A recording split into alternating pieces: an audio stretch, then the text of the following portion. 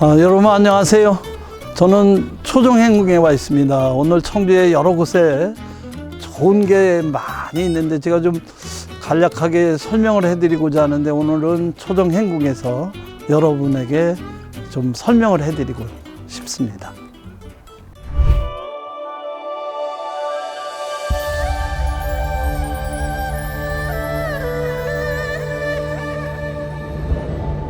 청주의 한범덕입니다. 여러분 여기 초정에서 이렇게 만나게 돼서 반가운데 이 초정은 초정이라는 그 초정 약수. 근데 이게 뭐 기록에는 초수라고 돼 있는데 뭐 여러 가지 병에 좋다고 그러는데 다 아시다시피 한글을 만드신 세종대왕께서 이제 그 거의 한글을 마무리하고 막바지로 하는데 안질이 심했던 모양이에요.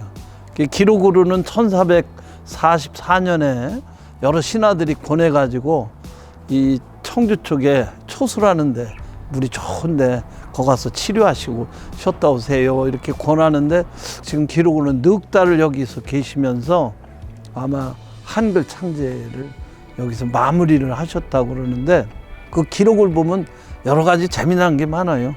기본적으로 한글은 세종께서 혼자 그렇게 열심히 연구를 하시고 백성들이 바른 소리 바른 깨우침을 위해서 만드셨다. 근데 그 마무리를 이 청주에서 했다는 게 굉장히 중요하고 오늘 내가 그 여러분들하고 얘기하고 싶은 건 한글에 대한 그 마무리와 동시에 세종은 뭐를 했냐면 농사 짓고 백성들이 아플 때 또 뭐 여러 가지 일을 할 때 필요한 과학적인 거를 굉장히 많이 만들어서 세종이 그 궁궐에 많이 해놨는데 그러한 정신의 마지막 꽃이 훈민정음이란 말이에요. 그 의미와 더불어서 세종께서 만드신 과학적인 일, 백성을 사랑하면서 뭘 도대체 그렇게 만들었는가.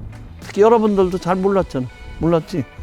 세종이 만든 과학적인 게 뭔가 많은 게 있는데 그걸 한번 여기에 재현시키고 그걸 우리 학생들 특히 중고등학교 또 젊은 대학생들도 와서 이걸 보면 얼마나 좋을까 해서 오늘 여러분에게 이걸 소개를 겸해서 좀 해주고 싶어서 일부러 온 겁니다.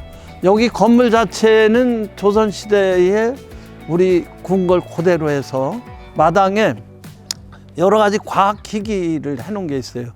이분이 제일 중요한 것 중에 하나가 옛날 시간 재는 거. 이런 기기들을 굉장히 만드는데 고생을 하고 벼농사는 이게 비가 알맞게 와야 되고 가물어도 안 되고 홍수가 나도 안 되니까 제일 중요한 게 비 온 양을 따지는 치구기. 여기서 집중. 이거는 세종께서 농사 짓는데 없어서는 안 될 빗물을 측정하는 그런 기기입니다. 여기 이태리 카스텔로라는 데서 제일 먼저 했다고 그러는데 요거 이탈리아보다 200년이 앞서 있어요.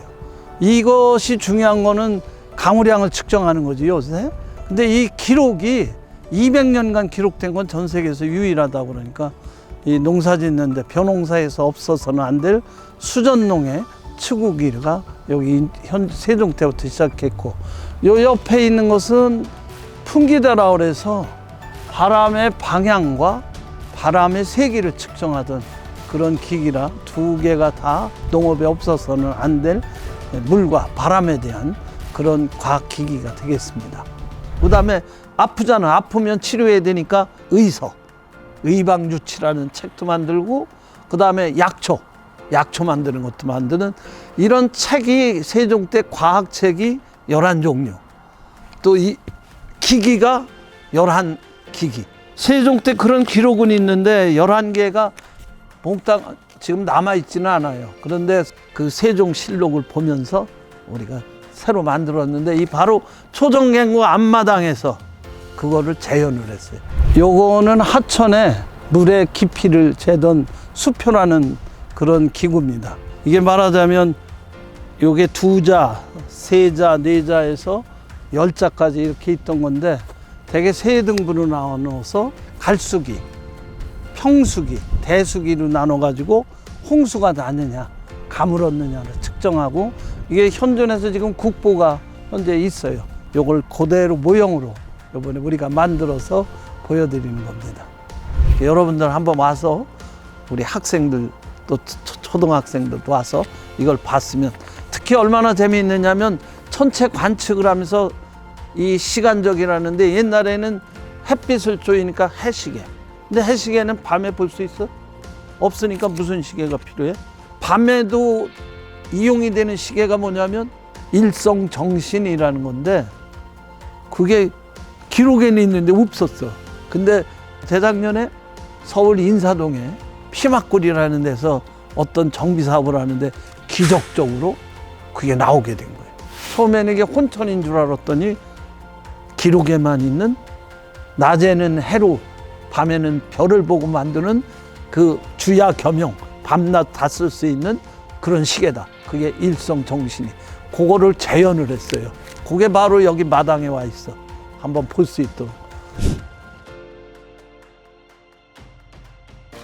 이게 밤과 낮에 다 시계를 볼 수 있는 아마 세계 최초의 장치였던 것 같은데 세종 때 이걸 설치했다는 기록만 있지 실물이 없었는데 낮에는 해를 이용해서 시간을 재고 밤에는 별을 이용해서 시간을 재는 그 기록에만 있던 것을 이번에 다시 복원을 한 겁니다. 여러분 청주가 이렇게 좋은 데예요. 또 그와 더불어 이번에 훈민정을 만들으니까 뭐를 했느냐 하면 이건 많이 책으로 만들어야 되잖아. 그래서 세종께서 만드신 게 활자. 활자 중에 2개를 만들었는데 하나가 갑인자라는 그런 아주 세계에서 가장 정교한 금속 활자를 만들었는데 그것도 몰랐는데 이번 일성정신이 만든 그 피막골이라는 데서 갑인자가 고스란히 나왔어요. 그러니까 세종 때 그 기록만 있고 현존하지 못하던 여러 가지 과학기구의 증거를 볼 수가 있었어요. 자, 마지막 포인트 갑니다.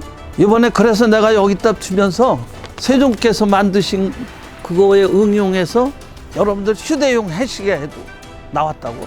이게 이제 앙부일구라는 건데 솥을 뒤집어 놓은 것 같은 것으로 요게 계절도 알고 이 영침이라는 이걸로 인해서 시간을 요 그림자의 길에 따라서 봄, 여름, 가을, 겨울 그걸로 인해서 계절도 알고 시간도 아는 이걸 앙부일구 휴대용 시계지. 오늘 가장 중요한 건 뭐냐? 이걸 가지고 더 우수한 걸 발전시켜서 찬란한 문화 발전, 또 영화 번영을 할 수 있는 것. 또 그 기상을 다른 것도 아니고 초정이 눈병을 치료하면서 마무리한 이 행궁에서 많은 우리 젊은이들이 특히 청주 한가운데에서 여러분들이 느끼고 갔으면 하는 바람에서 초정 행궁 사업을 하고 과학기기 체험장을 만드니까 하나하나 좀 일러지길 바래요. 이상 초정 행궁에서 한범덕이 말씀드렸습니다. 청주, 더 좋은 청주 많이 있습니다. 여러분 함께 우리 가보도록 하시죠. 감사합니다.